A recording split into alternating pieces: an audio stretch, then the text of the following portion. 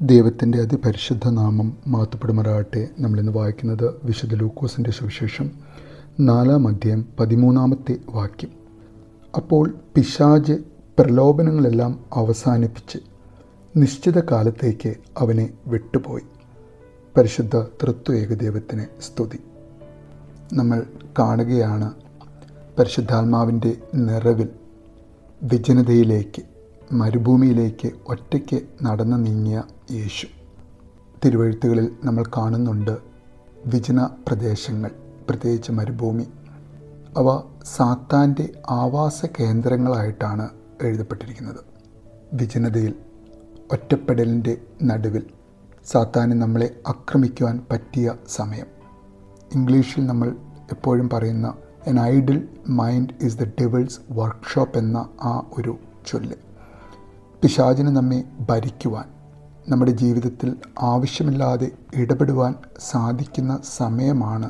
ഒന്നും പ്രത്യേകിച്ച് ചെയ്യാനില്ലാതെ അലസനായി, മടിയനായി നമ്മുടെ വിലപ്പെട്ട സമയം അനാവശ്യമായി കൊല്ലുന്ന, ഒരു വിധത്തിൽ അല്ലെങ്കിൽ മറ്റൊരു വിധത്തിൽ പരീക്ഷകളിൽ അറിയാതെയെങ്കിലും അകപ്പെട്ട് പോകുന്നവരാണ് നാം ഓരോരുത്തരും.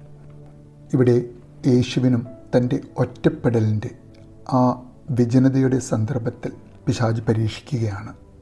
എങ്കിലും സുവിശേഷത്തിൽ നാം കാണുന്നുണ്ട് പല സന്ദർഭങ്ങളിലും യേശുവിന് വിജനത ഒരു ഹരമായിരുന്നു.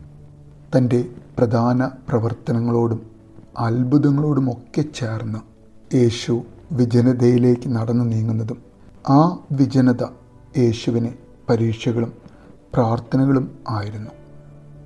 ഇന്ന് നമ്മളിൽ പലർക്കും ആഗ്രഹം ഒരു ആൾക്കൂട്ടമാണ്. വിജനതയും ഏകാന്തതയും ആഗ്രഹിക്കാതെ ആൾക്കൂട്ടത്തിൻ്റെ ആരവങ്ങളിൽ, ജീവിതത്തിൻ്റെ തിക്കിലും തിരക്കിലും പെട്ട് നമ്മളറിയാതെ നമ്മളിൽ നിന്നും കടന്നു പോകുന്ന വിലപ്പെട്ട സമയം, പ്രലോഭനങ്ങളെ അതിജീവിക്കുവാനുള്ള ആർജവം പ്രാർത്ഥനയിലൂടെ നേടിയെടുക്കുവാൻ സാധിക്കാത്ത വിധം ജീവിതത്തിൽ തിരക്ക് പിടിച്ച് ഓടുന്ന വ്യക്തിത്വങ്ങളായ നാം ഓരോരുത്തരും. ദൈവമേ, ഈ നൊയമ്പിൻ്റെ നാളുകളിലെങ്കിലും നമുക്ക് ഓരോരുത്തർക്കും പ്രാർത്ഥനയുടെ, ആത്മാർത്ഥത നിറഞ്ഞ സൗഹൃദങ്ങളുടെ, സ്നേഹത്തിൻ്റെ പുതിയ അധ്യായങ്ങൾ നമ്മുടെ ജീവിതത്തിൽ എഴുതി ചേർക്കുവാൻ നമുക്ക് ഓരോരുത്തർക്കും സാധിക്കട്ടെ എന്ന് നമുക്ക് ആഗ്രഹിക്കാം. സാത്താൻ 3 പ്രാവശ്യം ചോദിക്കുന്ന ചോദ്യത്തിൻ്റെ തുടക്കം "നീ ദൈവപുത്രനാണെങ്കിൽ" എന്ന ആ ചോദ്യം നമ്മുടെ കർത്താവ് ഒരിക്കൽ കൂടി തൻ്റെ ജീവിതത്തിൽ കേൾക്കുവാൻ സംഗതിയാകുന്നുണ്ട്. തൻ്റെ അതിവേദനയുടെ നടുവിൽ, തൻ്റെ ശരീരത്തിലെ മാംസവും പേശികളുമെല്ലാം മരണവേദന അനുഭവിക്കുന്ന സമയം, തൻ്റെ കുരിശിൽ കിടന്ന് വേദന കൊണ്ട് പൊളയുന്ന സമയം വീണ്ടും യേശു ആ ചോദ്യം കേൾക്കുകയാണ്. തൻ്റെ തളർച്ചയിൽ കേട്ട അതേ ചോദ്യം, "നീ ദൈവപുത്രനെങ്കിൽ കുരിശിൽ നിന്നും ഇറങ്ങി വാ, എന്നാൽ ഞങ്ങൾ നിന്നിൽ വിശ്വസിക്കാമെന്ന" ആ വാക്കുകൾ.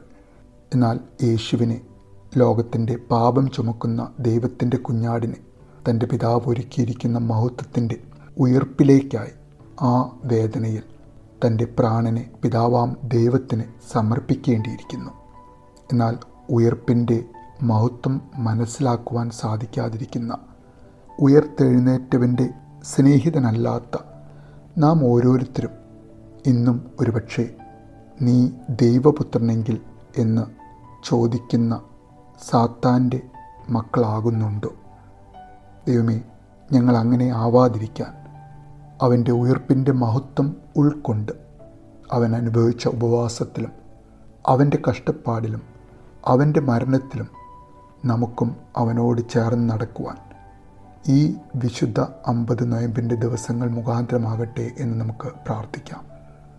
അങ്ങനെ ഉയർത്തെഴുന്നേറ്റവൻ്റെ സഹോദരനും സഹോദരിയുമാകുവാൻ, യേശുവിനെ ഉയർപ്പിച്ചവൻ്റെ മക്കളാകുവാൻ നമുക്ക് ഓരോരുത്തർക്കും സാധിക്കട്ടെ എന്ന് നമുക്ക് ആഗ്രഹിക്കാം, പ്രാർത്ഥിക്കാം. നല്ലൊരു ദിവസം നേരുന്നു.